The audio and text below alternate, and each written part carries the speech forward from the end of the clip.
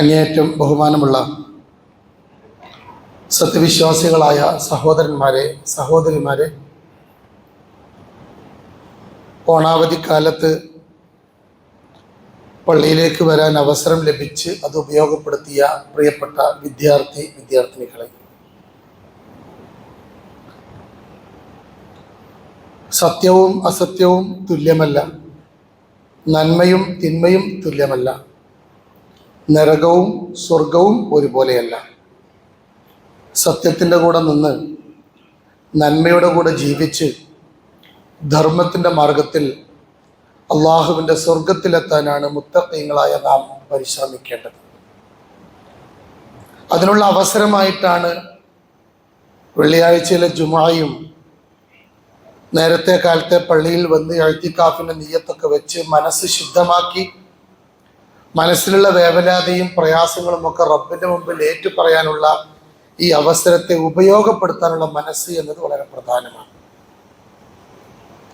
അതുതന്നെയാണ് തഖ്വ എന്നും പറയുന്നത്. ഏതെങ്കിലും രൂപത്തിലുള്ള കാട്ടിക്കൂട്ടലുകളല്ല തഖ്വ. മനസ്സിലുണ്ടാവുന്ന അള്ളാഹുവിനെ കുറിച്ചുള്ള ബോധ്യമാണ്, അള്ളാഹു നൽകിയ ഷിആറുകളോടുള്ള ബഹുമാനമാണ്, അള്ളാഹുവിൻ്റെ വീട്ടിലേക്ക് കയറി വരുമ്പോൾ പാലിക്കുന്ന മര്യാദകളാണ്, അള്ളാഹു നിർദ്ദേശിച്ച ആരാധനാ കർമ്മങ്ങളും ആ ആരാധനാ കർമ്മങ്ങൾക്ക് തൊട്ടു മുമ്പ് അള്ളാഹു നിർദ്ദേശിച്ചിട്ടുള്ള വുളു അടക്കമുള്ള കാര്യങ്ങളുമൊക്കെ നമ്മൾ അതിനോട് കാണിക്കുന്ന ഏറ്റവും മികച്ച സമീപനമാണ് തഖ്വ എന്ന് പറയുന്നത്. എന്നോടും നിങ്ങളോടും ആത്മാർത്ഥമായി മുത്തഖീങ്ങളായി മുഖ്ലിസീങ്ങളായി ജീവിക്കണമെന്ന് ഉപദേശിക്കുന്നു, വസിയത്ത് ചെയ്യുന്നു. അള്ളാഹു നമ്മെ എല്ലാവരെയും അവൻ്റെ യഥാർത്ഥ മുത്തഖീങ്ങളിൽ ഉൾപ്പെടുത്തി അനുഗ്രഹിക്കുമാറാവട്ടെ. ആമീൻ. ധാരാളക്കണക്കിന് ആളുകൾ നമ്മുടെ കൂട്ടത്തിൽ പ്രത്യേകം പ്രാർത്ഥന കൊണ്ട് വസിയത്ത് ചെയ്തവരുണ്ട്. നമ്മുടെയൊക്കെ പ്രാർത്ഥന ആവശ്യമുള്ള ധാരാളം ആളുകൾ നമ്മുടെ കൂട്ടത്തിലുണ്ട്. നമുക്കൊക്കെ തന്നെയും മറ്റുള്ളവരുടെ പ്രാർത്ഥന ആവശ്യവുമാണ്. അള്ളാഹു നമ്മുടെയൊക്കെ മനസ്സിലുള്ള എല്ലാ ഉദ്ദേശങ്ങളും ഹാസിലാക്കി കുടുംബപരമായും സാമ്പത്തികമായും അനുഭവിക്കുന്ന പ്രയാസങ്ങളൊക്കെ ദൂരീകരിച്ച് മനസ്സിലുള്ള സംഘർഷങ്ങളൊക്കെ അവസാനിപ്പിച്ച് ശാന്തിയോടെ, സമാധാനത്തോടെ, സാമ്പത്തിക ഭദ്രതയോടെ ജീവിക്കാനുള്ള മഹാഭാഗ്യം നൽകി അള്ളാഹു നമ്മെ എല്ലാവരെയും നമ്മോട് പ്രാർത്ഥന കൊണ്ട് വസിയത്ത് ചെയ്തവരെയും ഉൾപ്പെടുത്തി അനുഗ്രഹിക്കുമാറാവട്ടെ. ആമീൻ. പ്രവാചക സ്നേഹത്തിൻ്റെ ഏതാനും കാര്യങ്ങളാണ് ഒന്ന് രണ്ട് ഖുത്ബകളിലായി നമ്മൾ ചർച്ച ചെയ്തിരുന്നത്. ഏകദേശം കേരളീയ സമൂഹത്തിൻ്റെ പ്രവാചക സ്നേഹം ഈ ഒരാഴ്ചയോടുകൂടി അവസാനിക്കും. അത്തരത്തിലുള്ള സ്നേഹത്തെക്കുറിച്ചല്ല നമ്മൾ പറഞ്ഞിരുന്നതും ആലോചിച്ചിരുന്നതും. ഞാൻ കഴിഞ്ഞ ആഴ്ച എൻ്റെ വെള്ളിയാഴ്ച വീട്ടിൽ പോയി തിരിച്ച് തിങ്കളാഴ്ച രാവിലെ വരുന്ന സമയത്ത് വരുന്ന വഴിയിലൊക്കെ ധാരാളം നബിദിനാഘോഷ ജാഥകളും പരിപാടികളും ഒക്കെ കാണാൻ കഴിഞ്ഞു. മനോഹരമായി നടത്തുന്ന ജാഥകളും കണ്ടു, അല്ലാത്തതും കണ്ടു. ചില പരിപാടികൾക്കിടയിൽ വണ്ടികളൊക്കെ കൈകാണിച്ച് നിർത്തി അവർക്കൊക്കെ പായസം നൽകി. ബൈക്കിലൂടെ സഞ്ചരിക്കുന്ന സഹോദര സമുദായത്തിലെ സഹോദരിമാർക്കും സഹോദരങ്ങൾക്കുമൊക്കെ പായസവും വെള്ളവും മിഠായും ഒക്കെ നൽകി. അങ്ങനെ രസകരമല്ലാത്തതുമായ ഒരുപാട് സംഭവങ്ങൾ കാണാനിടയായി. ഏറ്റവും സന്തോഷമുണ്ടാക്കിയ ഒരു സംഗതി, പാണ്ടിക്കാട് ഭാഗത്ത് നിന്ന് ഒരു റാലി കഴിഞ്ഞതിന് ശേഷം അവിടെ ഒരു നീല പ്ലാസ്റ്റിക്കിൻ്റെ കവറിൽ കുട്ടികൾ കുടിച്ചൊഴിവാക്കിയ എല്ലാ പാത്രങ്ങളും ഗ്ലാസുകളും വേസ്റ്റുകളുമൊക്കെ നുള്ളിപ്പെറുക്കി പ്രത്യേകം വേഷവിധാനമുള്ള വളണ്ടിയർമാർ പെറുക്കിക്കൂട്ടി ഒതുക്കി വെച്ച് അത് സംസ്കരിക്കുന്നത് ശ്രദ്ധയിൽപ്പെട്ടു. അഭിനന്ദനീയമായ കാര്യമാണെന്ന് ആ സമയത്ത് തന്നെ തോന്നുകയുണ്ടായി. കുറച്ചുകൂടി ഇങ്ങോട്ട് പോന്ന് പെരിന്തൽമണ്ണ കഴിഞ്ഞതിന് ശേഷം എൻ്റെ ശ്രദ്ധയിൽപ്പെട്ട ഒരു റാലിയിൽ ഒരു കൊച്ചു അങ്ങാടിയിൽ ധാരാളം കുട്ടികളുണ്ട്, ധാരാളം ആളുകളുണ്ട്. അവരൊക്കെ കുടിച്ച ഗ്ലാസുകളും അവരൊക്കെ കുടിച്ചു കഴിച്ച ഭക്ഷണങ്ങളുടെ വേസ്റ്റുകളുമൊക്കെ അവിടെ ചിതറി കിടക്കുന്നത് ശ്രദ്ധയിൽപ്പെട്ടു. ചവിട്ടി മെതിച്ച് എനിക്കും കിട്ടിയ ഒരു ഗ്ലാസ് പായസം കുടിക്കാൻ പറ്റിയ മാനസികാവസ്ഥ ആയിരുന്നില്ലെങ്കിലും നിർബന്ധിച്ചപ്പോൾ ഞാനത് കുടിക്കുകയും ചെയ്തു. കുടിച്ച ഗ്ലാസ് തിരിച്ചു കൊടുത്തപ്പോൾ ആ സഹോദരൻ പറഞ്ഞു, അത് അവിടെ ഇട്ടോളി, കുഴപ്പമില്ല. അങ്ങനെ ദുഃഖകരമായ കാഴ്ചകളും കാണാൻ സാധിച്ചിട്ടുണ്ട്. പ്രവാചക സ്നേഹം നമ്മിലുണ്ടാക്കുന്ന വലിയ മാറ്റങ്ങൾ നമ്മുടെ ഉള്ളിൽ മാത്രം രൂപപ്പെടുന്ന സ്നേഹത്തെക്കുറിച്ചല്ല യഥാർത്ഥത്തിൽ നമ്മൾ അള്ളാഹുവിൻ്റെ റസൂലിനെ കുറിച്ച് പറയുന്നതും പറയേണ്ടതും പഠിക്കേണ്ടതും എന്നതാണ് ഏറ്റവും പ്രധാനപ്പെട്ട കാര്യം. എന്തെങ്കിലുമൊക്കെ പ്രവാചകൻ പഠിപ്പിച്ച കാര്യങ്ങൾ ജീവിതത്തിൽ തുന്നിച്ചേർക്കാൻ, റസൂലിനെ ആഴത്തിൽ പഠിക്കാൻ, റസൂലിൻ്റെ ജീവിതത്തെക്കുറിച്ച് അറിയാൻ, ഏതൊരു വിഷയത്തിലുമുള്ള വിമർശനങ്ങൾ ഉണ്ടാകുമ്പോൾ അതല്ല, എല്ലാ കാര്യങ്ങളും ചിലപ്പോൾ നമുക്ക് പൊതുസമൂഹത്തെ ബോധ്യപ്പെടുത്താൻ പറ്റിക്കൊള്ളുന്നില്ല.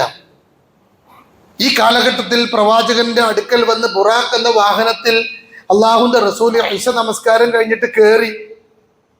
എന്നിട്ട് ഫലസ്തീനിലെ 400ഓളം കിലോമീറ്ററിൽ അവിടെ ചെന്ന് ജെറൂസലമിൽ ചെന്ന് മുൻകഴിഞ്ഞ പ്രവാചകന്മാർക്ക് ഇമാമായി നിസ്കരിച്ചു. അതിനുശേഷം അള്ളാഹുവിൻ്റെ റസൂലും ജിബ്രീൽ അലൈഹി സ്വലാം കൂടി ആകാശങ്ങളിലൂടെ യാത്ര ചെയ്തു.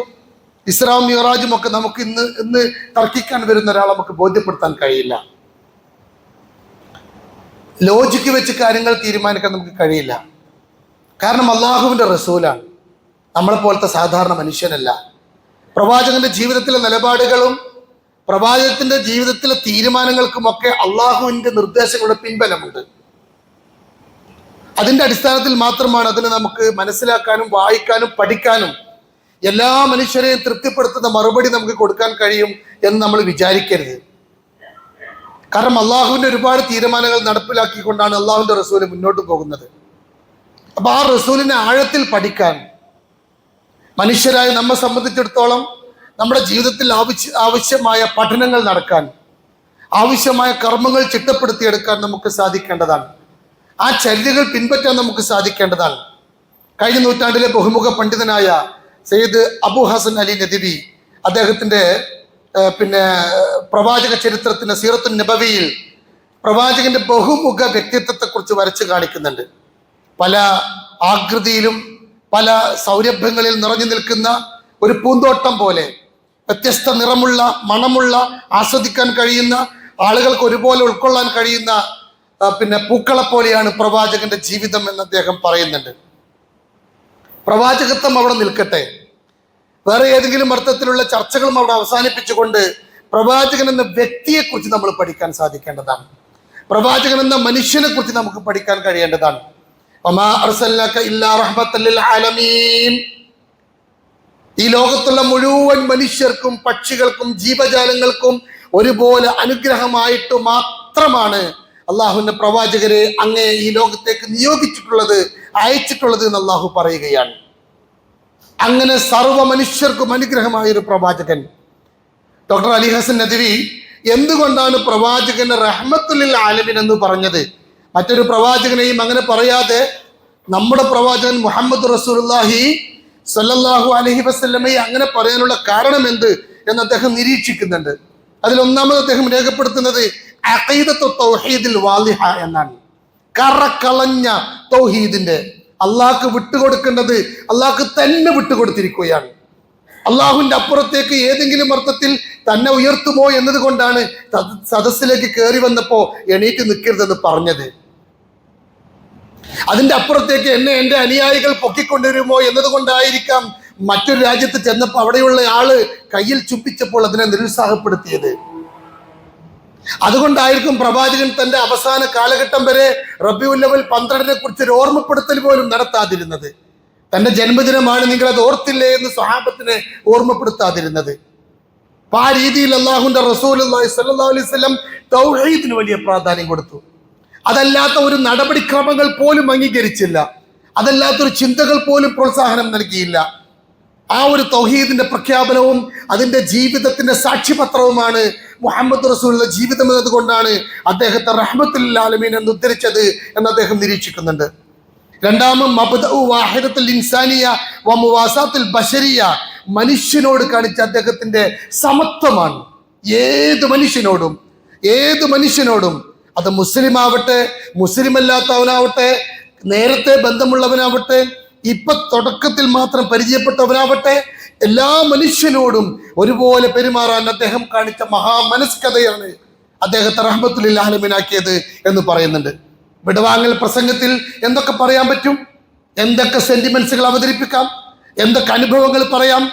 റസൂലുള്ളാഹി ചൂണ്ടിക്കാണിച്ച വളരെ പ്രധാനപ്പെട്ട ഒരു കാര്യം, യാ അയ്യുഹന്നാസ് മനുഷ്യരെ, ഇന്ന റബ്ബക്കും ലവാഹിദ്, നിങ്ങളെ റബ്ബ് ഒന്നാണ്. വഇന്ന അബാക്കും വാഹിദ്, നിങ്ങളെ വാപ്പയൊന്നാണ്. കുല്ലുക്കും മിൻ ആദം വ ആദമ മിൻ തുറാബ്, നിങ്ങളൊക്കെ ആദമിന്റെ മക്കളാണ്. അവിടെ ജാതിയില്ല, മതമില്ല, വർണ്ണമില്ല, ഭാഷയുടെ വൈവിധ്യങ്ങളില്ല.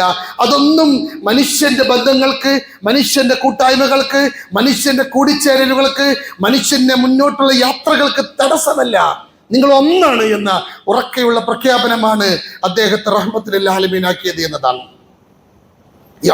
കറാമത്തുൽ ഇൻസാൻ, മൂന്നാമത് അദ്ദേഹം പറയുന്നത് മനുഷ്യന്റെ മഹത്വത്തെക്കുറിച്ചുള്ള പ്രഖ്യാപനമാണ്. എല്ലാ മനുഷ്യനെയും, നമ്മുടെ ഇടയിലൊക്കെ ജീവിച്ചുകൊണ്ടിരിക്കുന്ന താഴ്ന്ന ജാതിക്കാരെന്ന് മറ്റുള്ളവർ പറയുന്ന ഒരു മനുഷ്യനെയും അനാദരിക്കാനോ അവന്റെ രക്തം ചിന്താനോ അവന്റെ സമ്പത്ത് അപഹരിക്കാനോ ശത്രുതയുടെ പേരിൽ പോലും കടുത്ത നോട്ടം നോക്കാനോ അള്ളാഹുവിന്റെ റസൂൽ അനുവദിച്ചില്ല.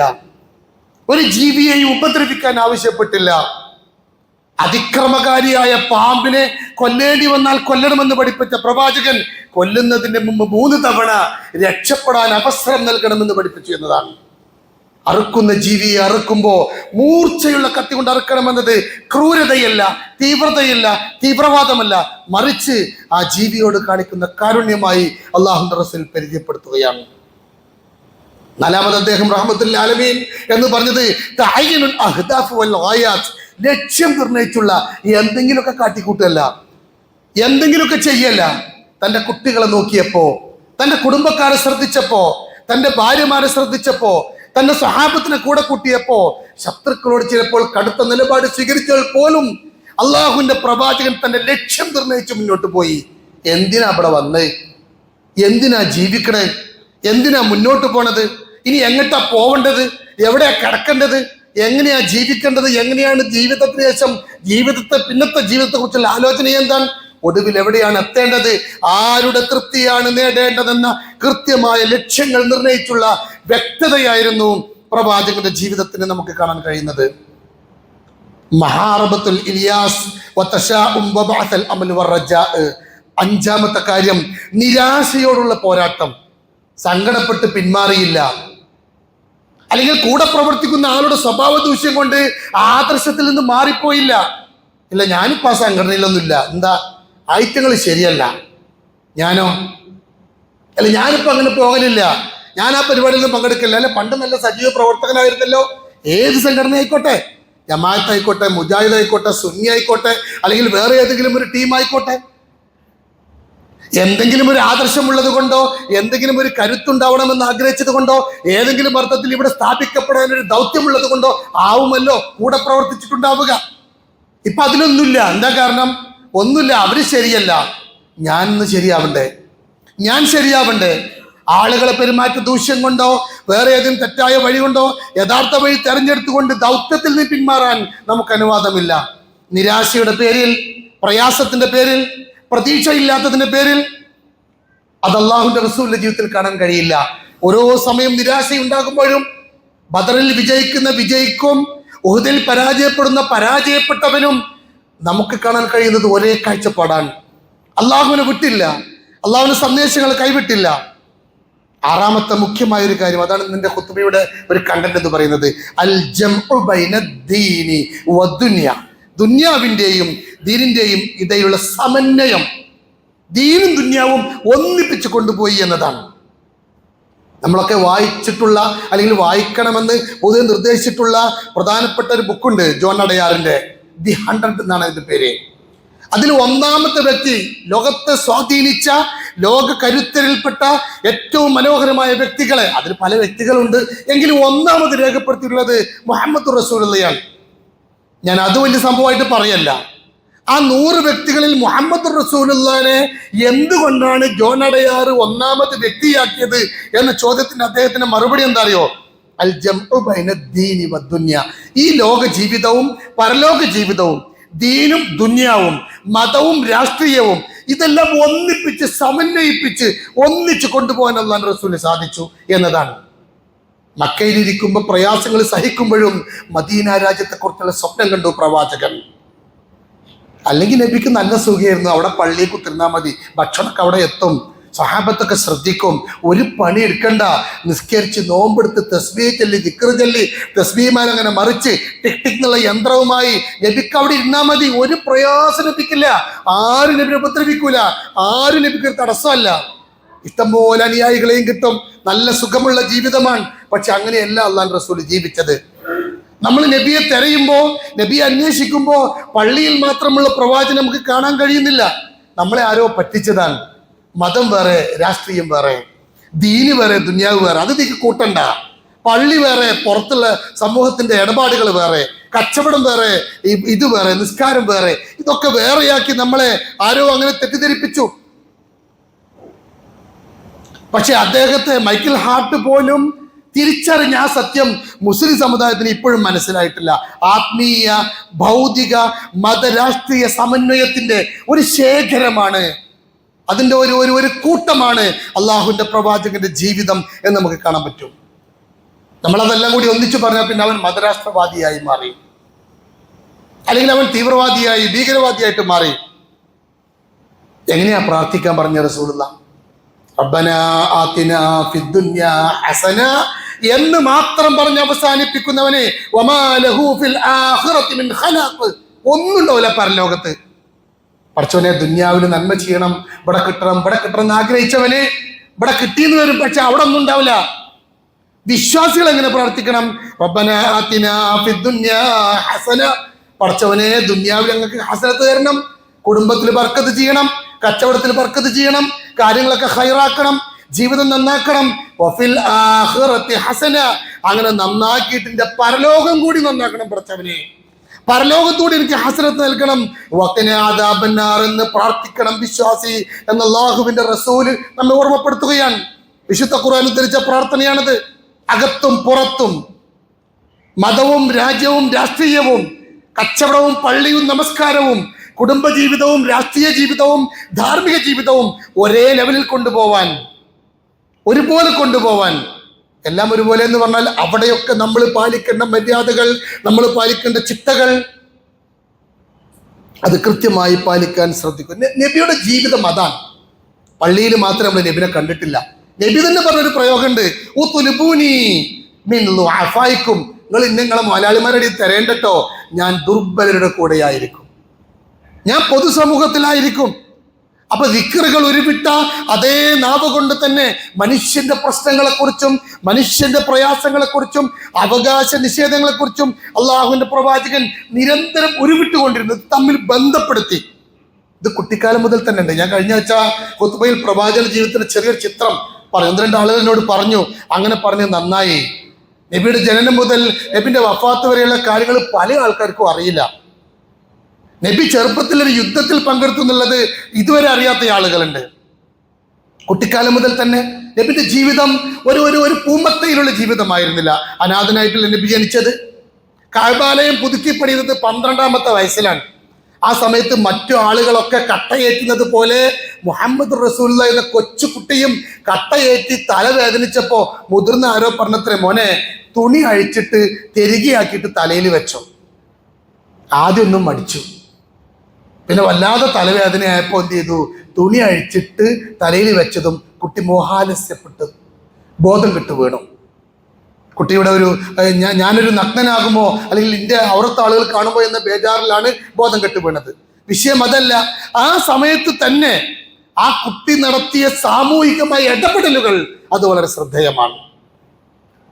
അതുപോലെ തന്നെ ഹർബുൽ ഫിജാറിന്റെ കാര്യവും, ഗോത്രങ്ങൾ തമ്മിലുള്ള വലിയ വലിയ ചർച്ചകളും വലിയ വലിയ പ്രശ്നങ്ങളും ഉണ്ടായ യുദ്ധത്തിലേക്ക് നയിച്ച ആ യുദ്ധത്തിൽ റസൂലുള്ളാഹി പിന്നീട് അതിനെക്കുറിച്ച് ഖേദം പ്രകടിപ്പിച്ചിട്ടുണ്ടെങ്കിലും എളാപ്പ മൂത്താപ്പന്മാരെ സഹായിക്കാൻ വേണ്ടി അതിൽ ഇടപെട്ടത് സാമൂഹ്യ ബോധത്തിന്റെ ഭാഗമാണ്. റസൂലുള്ളാഹി സ്വല്ലല്ലാഹു അലൈഹി വസല്ലം പൊതുജീവിതത്തിൽ വല്ലാതെ ഇടപെട്ടു. ഹലഫുൽ ഫുളൂൽ, മാന്യന്മാരുടെ സഖ്യം, ഒരു സംഘടനയാണ്. നബി പ്രവർത്തിച്ച ആദ്യത്തെ പ്രസ്ഥാനം ഹലഫുൽ ഫുളൂലാണ്. അത് പിന്നീട് റസൂലുള്ളാഹി തന്റെ അന്ത്യകാലത്തൊക്കെ അതിനെക്കുറിച്ച് അഭിമാനത്തോടു കൂടി ഓർത്തിട്ടുണ്ടെന്നാണ്. അത് ഇതേപോലെ തന്നെ അവകാശങ്ങൾ വാങ്ങിക്കൊടുക്കുന്ന കച്ചവടക്കാരോട് കാണിക്കുന്ന ക്രൂരതയുടെയും ചൂഷണത്തിന്റെയും ഒക്കെ എതിരെ നിന്ന ശക്തമായൊരു സഖ്യമായിരുന്നു. ആ സഖ്യത്തിന്റെ ഭാഗമാവാനും അള്ളാഹു റസൂൽ ശ്രദ്ധിച്ചു. കഴിഞ്ഞ ആഴ്ച നമ്മൾ പറഞ്ഞതുപോലെ കഅബ പുതുക്കി പണിത സമയത്ത് റസൂലുള്ളാഹി അവിടെ വന്ന് തീരുമാനമെടുത്തു. അപ്പൊ അതിലും നബി ഇടപെട്ടു. അതിൽ നിങ്ങൾ എന്തെങ്കിലും വലിയ ആൾക്കാരാണ്, നാട്ടുകാരാണ്, നിങ്ങൾ എന്തെങ്കിലും തീരുമാനിച്ചോളി, ഞാനിപ്പോൾ ഇതിലിപ്പോൾ എന്താ ഇടപെടുന്നത് എന്ന് പറയുന്നതിന് പകരം എല്ലാ കാര്യത്തിലും അള്ളാഹുവിന്റെ റസൂല്. അതുകൊണ്ടാണ് അള്ളാഹിന്റെ റസൂലിനെ കുറിച്ച് ആളുകൾ, ഞാൻ മുഖദ്ദിമയിൽ ഓതി വെച്ച ആയത്ത്, മാലി ഹാദർ റസൂൽ, ഇത് എന്തൊരു റസൂലാണ്, ഇങ്ങനെയാണ് റസൂല്, ഇയാൾ എന്തൊരു കാളിയാണ്, ഇത് എന്തൊരു ഉസ്താദാണ്. ഉസ്താദുമാരെ കുറിച്ചുള്ള കാഴ്ചപ്പാട് എന്താ? ഇതെന്തൊരു റസൂലാണ്, ഇയാൾ ഭക്ഷണം കഴിക്കുന്നു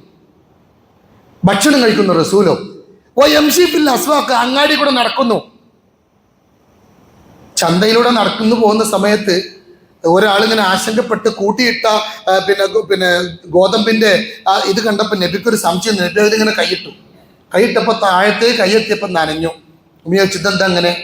അയാളിങ്ങനെ തലയൊരിഞ്ഞിട്ട് പറഞ്ഞു, നബി ഇന്നലെ ഭയങ്കര മഴ പെയ്തു, അപ്പം ഞാൻ ഇത് ഇപ്പം പിന്നെ ആ മഴ പെയ്ത് കണ്ട ആൾക്കാർക്ക് വാങ്ങൂലെന്ന് വിചാരിച്ചാൽ അതിന് മേലെ ഉണങ്ങിയെടുത്തതാണ്. നബി അത് രണ്ടും വേറെ വേറെ വെക്കാൻ പറഞ്ഞു, നനഞ്ഞത് വേറെ നനയാത്തത് വേറെ. അപ്പൊ റസൂല് ഇടപെടുന്ന ഇടപാടുകളാണ് ഞാൻ പറഞ്ഞത്. മാർക്കറ്റിലുണ്ട്, റേഷൻ കടയിലുണ്ട്, അങ്ങാടികളിലുണ്ട്, ക്ലബുകളിലുണ്ട്, അങ്ങനെ സമൂഹം ഇടപെടുന്ന എല്ലാ രംഗത്തും ഇറങ്ങിപ്പോയി പ്രവർത്തിക്കുന്നു അല്ലാഹുവിന്റെ പ്രവാചകൻ. അവർ ചോദിച്ചു, ലൗലാ ഉൻസില ഇലൈഹി മലക്കുൻ, എന്താ മൂപ്പരോട് ഒരു മലക്കില്ലാത്ത? എന്നാ മലക്ക് ഇങ്ങനെ പറയാം, മൂപ്പരിങ്ങനെ നടക്കുക, മലക്ക് ഇങ്ങനെ പറയാം. അപ്പൊ മലക്കിന് തന്നെ പറ്റുമല്ലോ പരലോകത്തെ കാര്യവും നരകമൊക്കെ പറഞ്ഞു കൊടുക്കാൻ. ഇങ്ങനെ ആളുകൾ അള്ളാഹുവിന്റെ റസൂലിനെ കുറിച്ച് ആ അർത്ഥത്തിൽ അവതരിപ്പിച്ചപ്പോഴും അതല്ല യഥാർത്ഥത്തിൽ ഞാനൊരു മനുഷ്യനാണ് എന്നുള്ള റസൂൽ പരിചയപ്പെടുത്തിക്കൊണ്ട് മുന്നോട്ട് പോകുന്നത് നമുക്ക് കാണാൻ പറ്റും. എന്താണ് നബിന്റെ കൂടെ പിന്നെ കുറച്ച് സമ്പത്ത് എന്താ ഇല്ലാത്തത്? എന്തുകൊണ്ടാണ് നബിക്ക് ദാരിദ്ര്യം ഉണ്ടായത്? എന്തുകൊണ്ടാണ് സമ്പത്തിനൊരു കൂമ്പാരം ആകാശത്തിന് നബിക്ക് ഇറങ്ങാത്തത്? നബി പറയുന്നത്, സുബ്ഹാന റബ്ബി ഹൽ കുന്തു ഇല്ലാ ബശറ റസൂല, ഞാൻ നിങ്ങളിലേക്ക് വന്ന ഒരു മനുഷ്യനല്ലേ മനുഷ്യന്മാരെ, മനുഷ്യനായ പ്രവാചകനല്ലേ. അതുകൊണ്ട് മനുഷ്യനെ കുറിച്ച് ചർച്ച ചെയ്യാതെ, മനുഷ്യനെ സ്നേഹിക്കാതെ, മനുഷ്യനെ ചേർത്ത് പിടിക്കാതെ, മനുഷ്യന്റെ പ്രശ്നങ്ങൾ അറിയാതെ മുന്നോട്ട് പോകാൻ അല്ലാഹുവിന്റെ റസൂലിന് സാധിച്ചിട്ടില്ല. റസൂലിൽ കാണാൻ കഴിഞ്ഞിട്ട് മാത്രമല്ല, റസൂല് മുഅ്മിനിനെ പരിചയപ്പെടുത്തുന്ന എന്താ? ഖൈറുൽ മുഅ്മിനി അല്ലദി യുഖാലിത്തുൻ നാസ് വയസ്ബിറു അലാ അദാഹും. മുഅ്മിൻ എന്ന് പറഞ്ഞാൽ ജനങ്ങളുമായി ഇടകലർന്ന് ജീവിക്കുന്നവനാണ്, എല്ലായിടത്തും ഇടപെടുന്ന, ഉള്ളിൽ ഒതുങ്ങുന്നവനല്ല മുഅ്മിൻ, പള്ളിൻ്റെ ഉള്ളിൽ മാത്രം ഒതുങ്ങുന്നവനല്ല മുഅ്മിൻ, അവൻ ഇടകലരുന്നവനാണ്. അങ്ങനെ ഇടകലർന്ന് മാത്രമല്ല, മിനൽ മുഅ്മിനി അല്ലദി ലാ യുഖാലിത്തുൻ നാസ് വലാ യസ്ബിറു അലാ അദാഹും, ആളുകളുടെ ഇടയിലേക്ക് ഇറങ്ങാതിരിക്കുക, അവരെ പ്രയാസങ്ങൾ ക്ഷമിക്കാൻ സാധിക്കാതിരിക്കുക, അവൻ മുഅ്മിനല്ല എന്ന് റസൂലുള്ളാഹി സ്വല്ലല്ലാഹു അലൈഹി വസല്ലം പറയുന്നുണ്ട്. യഥാർത്ഥ മുഅ്മിൻ എന്ന് പറയുന്നത് ജനങ്ങളുമായി ഇടപഴകുന്നയാളാണ് എന്ന് അല്ലാഹുവിന്റെ റസൂൽ ഓർമ്മപ്പെടുത്തുന്നുണ്ട്. ആ അർത്ഥത്തിൽ മനുഷ്യനെ അള്ളാഹുമായി ബന്ധപ്പെടുത്തി ആരാധനാ കർമ്മങ്ങളിലൂടെ, നോമ്പിലൂടെ, സക്കാത്തിലൂടെ, ഹജ്ജിലൂടെ, ദിക്റിലൂടെ, തസ്ബീഹിലൂടെ റബ്ബുമായി ബന്ധപ്പെടുത്തി. മറുഭാഗത്ത് മനുഷ്യനെ മനുഷ്യനുമായി ബന്ധപ്പെടുത്തി, മുഴുവൻ മനുഷ്യനെയും ഒരുപോലെ. നമ്മൾ എല്ലാവരും പഠിച്ചിട്ടുള്ള അറിയാവുന്ന ഒരു ഹദീസ് ഉണ്ട്. അള്ളാഹ് പറയത്തില്ല, നാളെ പരലോകത്തുനിന്ന്, നീ എന്താണ് ചെയ്തത്? ഞാൻ രോഗിയായി കിടന്നപ്പോൾ നീ എന്നെ സന്ദർശിച്ചില്ല. അപ്പൊ ഇയാൾ പറയും, പടച്ചോനെ, ഈ റബ്ബുൽ ആലമീനല്ലേ, ഈ രോഗിയാവോ? ഞാൻ നിന്റെ അയൽപക്കത്ത് വിശന്ന് കിടന്നപ്പോൾ നീ എനിക്ക് ഭക്ഷണം തന്നില്ല. അതൊരു കൊച്ചു വീടായിരുന്നു, ഒരു വിധവയുടെ വീടായിരുന്നു. നീ അവിടെ വന്നിരുന്നെങ്കിൽ, നീ എന്നെ കണ്ടിരുന്നെങ്കിൽ, നീ എന്നെ സന്ദർശിച്ചിരുന്നെങ്കിൽ, നീ എനിക്ക് ഭക്ഷണം തന്നിരുന്നെങ്കിൽ നിനക്ക് അവിടെ എന്നെ കാണാമായിരുന്നു. നിസ്കരിക്കുന്നത് അള്ളാഹുമായി നടത്തുന്ന ഒരു മുനാജാത്താണ്, അള്ളാഹുമായി നടത്തുന്ന അഭിമുഖ സംഭാഷണമാണ് നിസ്കാരം. നമുക്കത് മനസ്സിലായിട്ടൊന്നും അറിയില്ല. നമ്മളിപ്പോൾ ഇനി നിസ്കരിക്കാൻ വേണ്ട നിസ്കാരം ഉണ്ടല്ലോ, അള്ളാഹുമായി നടത്തുന്ന ഒരു സംഭാഷണമാണ്, ഒരു ഇന്റർവ്യൂ ആണ്. അതേ സ്വഭാവത്തിൽ, അതേ അർത്ഥത്തിൽ അതിന്റെ മറ്റൊരു ആവിഷ്കാരമാണ് രോഗിയായി കിടക്കുന്ന മനുഷ്യന്റെ വീട്ടിൽ പോയി അയാൾ ആശ്വസിപ്പിച്ച് അയാൾക്ക് വേണ്ട കാര്യങ്ങൾ ചെയ്തു കൊടുത്ത് തിരിച്ചു വരുന്നവൻ അള്ളാഹുവിനെ കാണുന്നവനെ പോലെയാണെന്നാണ് അല്ലാഹു റസൂൽ പറഞ്ഞത്. നിന്നെ അവിടെ കണ്ടില്ല, നീ പോയിട്ടുണ്ടാവും, ചിലപ്പോൾ നിന്റെ അതേ നിലവാരത്തിലുള്ള ആളെ ജലദോഷം കാണാൻ പോയിട്ടുണ്ടാവും. പക്ഷെ നിന്റെ അയൽപക്കത്തുള്ള കുഷ്ഠരോഗിയായ, ആ ക്യാൻസർ ബാധിതനായ, ആ നടക്കാൻ പറ്റാത്ത, നീ കയറി ചെന്നാൽ നിന്നെ സ്വീകരിക്കാൻ, നിനക്ക് വേണ്ടി വിരിച്ചു തരാൻ ഒരു ബെഡോ ഒരു കസേരയോ പോലും ഇല്ലാത്ത ആ കുഞ്ഞു വീട്ടിലേക്ക് നീ പോയില്ല, നീ വന്നില്ല, നിന്നെ അവിടെ കണ്ടില്ല. നിന്നെ അവിടെ കണ്ടിരുന്നെങ്കിൽ നിനക്കവിടെ എന്നെ കാണാമായിരുന്നു. വലിയൊരു ഹദീസാണ്. അപ്പോൾ മനുഷ്യരുമായി ബന്ധപ്പെടുത്തുക എന്നത് വളരെ പ്രധാനപ്പെട്ട ഒരു കാര്യമാണ്.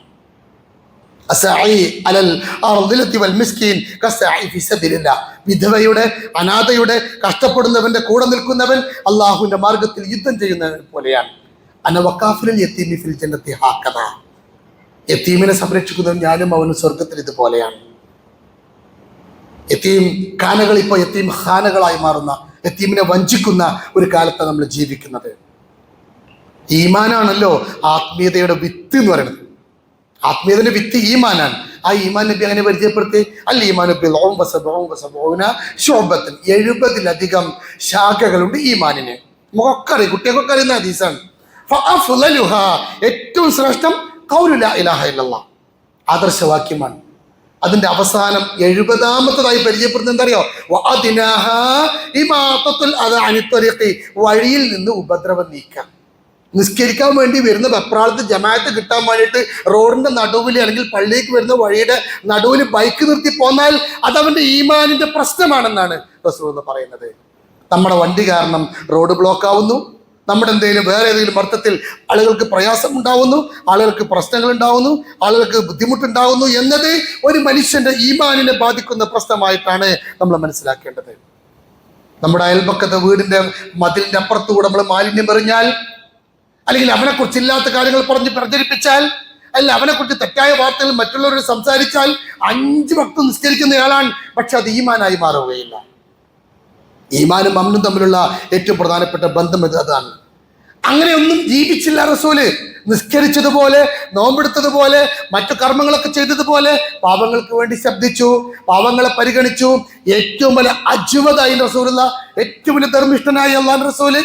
അങ്ങനെ ആളുകൾ പറഞ്ഞു, മാലി ഹാദർ റസൂൽ, ഇതെന്ത് റസൂലാണ്, ദുനിയാവ് വേറെ ആഖിറം വേറെ എന്ന് പറഞ്ഞില്ല, അതൊക്കെ പരസ്പരം ബന്ധപ്പെട്ട് കിടക്കുന്ന ഒന്നാണ് എന്ന് പറയുമാറ്, എന്ന് ചിന്തിപ്പിക്കുമാറ് അള്ളാഹുവിന്റെ റസൂൽ അവർക്കിടയിൽ അങ്ങനെ ജീവിച്ച് മുന്നോട്ട് പോയി എന്നുള്ളതാണ്. ആ റസൂലുള്ളാഹി സ്വല്ലല്ലാഹു അലൈഹി വസല്ലമയുടെ ജീവിതത്തിന്റെ ഷാഹിദൻ വമുബശ്ശിറൻ വനദീറൻ വദാഇയൻ ഇലല്ലാഹി ബിഇദ്നിഹി വസിറാജൻ മുനീറ. റസൂലുള്ളാഹിന്റെ ദൗത്യം പറഞ്ഞെടുത്ത് പറഞ്ഞു, അള്ളാഹുവിന്റെ റസൂൽ അങ്ങ് ഷാഹിദാൻ, നബി സാക്ഷിയാൻ. നബിനെ കണ്ടിട്ട് വേണം ആൾക്കാർക്ക് പഠിക്കാൻ. ഈ കാലഘട്ടത്തിൽ ഷാഹിദീങ്ങൾ ആരറിയും? നമ്മൾ. എൻ്റെ ജീവിതം കണ്ടിട്ട് വേണം എൻ്റെ മക്കൾക്ക് പഠിക്കാൻ. എൻ്റെ മക്കളെയും കുടുംബത്തിനും ജീവിതം കണ്ടിട്ട് വേണം എൻ്റെ അയൽപക്കത്തുള്ള മുസ്ലിം അല്ലാത്ത അല്ലെങ്കിൽ ഇതര സഹോദരനായ മനുഷ്യന് കാണാൻ. എന്താ നിങ്ങൾ കച്ചവടം ഇങ്ങനെ? നിങ്ങൾ നല്ല നീതിമാനാണല്ലോ, നിങ്ങൾ എന്തുണ്ടെങ്കിൽ നമ്മൾ വിളിക്കണ്ടല്ലോ, നിങ്ങൾ എന്തൊരു പെരുമാറ്റാണ്, നിങ്ങൾ എന്തൊരു സ്നേഹമാണ്. ഞാൻ വലിയ സംഭവമായതുകൊണ്ടാണ് നല്ല പറയേണ്ടത്. എൻ്റെ ദീൻ അതാണ്, എൻ്റെ വിശ്വാസം അതാണ്, അതെൻ്റെ സ്വർഗത്തിന്റെ ഭാഗമാണ്. എല്ലാ ദിവസവും ഇസ്ലാമിനത് ശക്തമായി നിലയുറപ്പിക്കുന്ന ജൂതന്റെ വീട്ടിൽ ഉമറുൽ ഫാറൂഖ് ഭക്ഷണം കഴിക്കുന്നതിന് മുമ്പ് ഒന്ന് പോയി നോക്കൂ. അല്ല, എന്താ അവിടുത്തെ വർത്താനം, ഭക്ഷണമൊക്കെ ഉണ്ടോ, കുട്ടികളൊക്കെ കിടന്നോ ഒക്കെ ചോദിക്കും. അപ്പൊ ഈ കാരണം ഭാര്യ നിരന്തരം കേൾക്കുന്നത് ജൂതന്റെ വർത്തമാനങ്ങളാ, ഇസ്ലാമിക വിരുദ്ധതയാ. ഉമറുൽ ഫാറൂഖിനെ എങ്ങനെയെങ്കിലും ഇല്ലായ്മ ചെയ്യാമെന്ന് ആലോചിക്കുന്ന ജൂതന്റെ വീട്ടിൽ ചെന്നിട്ടാണ് ചോദിക്കണത് അവിടുത്തെ വിശേഷം. എല്ലാവിധ ശക്തിയും സംഭരിച്ചെടുത്തുകൊണ്ട് ഭാര്യ ചോദിച്ചത്രേ, അല്ല ഞാൻ ഒരു കാര്യം ചോദിക്കട്ടെ, നിങ്ങൾ 24 മണിക്കൂർ നിങ്ങളെ നാശം കാണാൻ ആഗ്രഹിക്കുന്ന ഒരാളാണ് എൻ്റെ ഭർത്താവ്, നിങ്ങളെ എങ്ങനെ ഇല്ലാതെയാക്കാമെന്ന് നിരന്തരം മക്കളെ ഉപദേശിക്കുന്ന ആളാണ് എൻ്റെ ഭർത്താവ്. ഇത് കേട്ട് എനിക്കിപ്പോൾ നിങ്ങളോട് വെറുപ്പായി. എന്തിനാണ് എല്ലാ ദിവസവും ഇങ്ങനെ രാത്രി ഇവിടെ വന്നിട്ട് ഭക്ഷണവും അന്വേഷിക്കുന്നത്? നിങ്ങൾക്ക് നിങ്ങളെ കാര്യം നോക്കിയാൽ പോരെ. കണ്ണു നിറഞ്ഞു ഉമറുൽ ഫാറൂഖ് പറഞ്ഞത്, എനിക്കങ്ങനെ പറ്റില്ല കുട്ടിയെ, എനിക്കങ്ങനെ പറ്റൂല. എൻ്റെ അയൽപക്കത്തെങ്ങാനും നിങ്ങൾ പട്ടിണി വന്നാൽ, നിങ്ങൾ പട്ടിണി കിടന്നാൽ, നിങ്ങൾക്ക് ഭക്ഷണമില്ലാതെ ഞാൻ വേറെ നിർത്തി ഭക്ഷണം കഴിച്ചാൽ ഉമറിന്റെ സ്വർഗം നഷ്ടപ്പെടും, ഉമറിന്റെ സ്വർഗം നഷ്ടപ്പെടും. അതുകൊണ്ട് എനിക്കത് ചോദിക്കാതിരിക്കാൻ നിവൃത്തിയില്ല, എനിക്ക് നിങ്ങളോടത് പറയാതിരിക്കാൻ നിവൃത്തിയില്ല എന്നും പറഞ്ഞ് ലോകത്തെ കിടുകിടാ വെറുപ്പിച്ച ഭരണാധികാരി തല താഴ്ത്തി വീട്ടിലേക്ക് ഒരു പിറ്റേ ദിവസം അയാൾ വരുന്നുണ്ട് എന്നുള്ളതാണ്. അവൻ മറ്റുള്ളവരെ കുറിച്ച് ആലോചിക്കാതെ, അവനെ ശ്രദ്ധിക്കാതെ, അവൻ നമുക്ക് പറ്റും എന്ത് അറിയാതിരിക്കുക.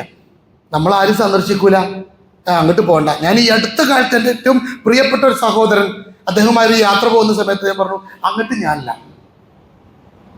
എന്താ അങ്ങോട്ടില്ലാത്ത? അവിടെ മുറ്റേ ഇയാളെ സുഖമില്ലാതെ കിടക്കാൻ, അതുകൊണ്ട് ഞാൻ പോവുകയാണെങ്കിൽ അവർക്ക് എന്തെങ്കിലും കൊടുക്കേണ്ടി വരും, അപ്പം ഞാൻ പോയാൽ ശരിയാവില്ല. അങ്ങനെ എന്തെങ്കിലും പ്രശ്നങ്ങളുള്ളിടത്തുനിന്ന് മാറിപ്പോവാനല്ല അള്ളാഹുവിൻ്റെ റസൂൽ നമ്മെ ഓർമ്മപ്പെടുത്തിയത്. റസൂല് ഷാഹിദായിരുന്നു, മുബശ്ശിറായിരുന്നു.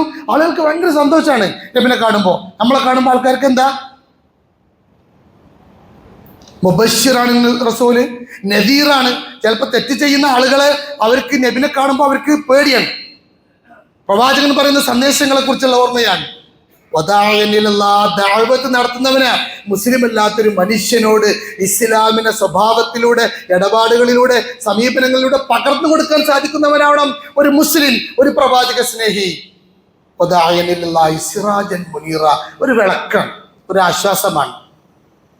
അങ്ങനെ ജീവിക്കാൻ നമുക്ക് സാധിക്കുന്നുണ്ടോ എന്ന പരിശോധന വളരെ പ്രധാനമാണ്. കൂരിരുട്ടിനെ വകഞ്ഞു മാറ്റി വെളിച്ചം വിതറുന്ന വ്യക്തികളായിട്ട് മാറുക എന്നതാണ് യഥാർത്ഥത്തിൽ ഈ കാലഘട്ടത്തിലെ പ്രവാചക സ്നേഹത്തിന്റെ ഉത്തമമായ മാതൃക. അത് ചിട്ടപ്പെടുത്തിയെടുക്കാൻ സ്വഭാവത്തിൽ, സംസ്കാരത്തിൽ, സമീപനങ്ങളിൽ, ആരാധനകളിൽ, കച്ചവടങ്ങളിൽ, ഇടപാടുകളിൽ, ഇതൊക്കെ നമ്മൾ റസൂലിനെ പഠിച്ചുകൊണ്ട് ചെയ്യാൻ നമുക്ക് സാധിക്കേണ്ടതാണ്. വീഴ്ചകളും കുറവുകളും കണ്ടെത്തി തിരുത്തേണ്ടതാണ്. ഞാനും അങ്ങനെ പറയൂല, ഞാനും അങ്ങനെ ചെയ്യൂല. പലപ്പോഴും പല കാര്യങ്ങളും ഞാൻ വീഴ്ച വരുത്തിയിട്ട് ഞാനത് മാറ്റും എന്ന് ചിന്തിച്ച് ജീവിതത്തിൽ ചിട്ടപ്പെടുത്താൻ നമുക്ക് സാധിക്കേണ്ടതാണ്. അല്ലാഹു റബ്ബുൽ ഇസ്സത്ത് അത്തരത്തിൽ ജീവിക്കുന്ന മുത്തഖീങ്ങളിൽ നമ്മെ ഉൾപ്പെടുത്തി അനുഗ്രഹിക്കുമാറാവട്ടെ. ആമീൻ.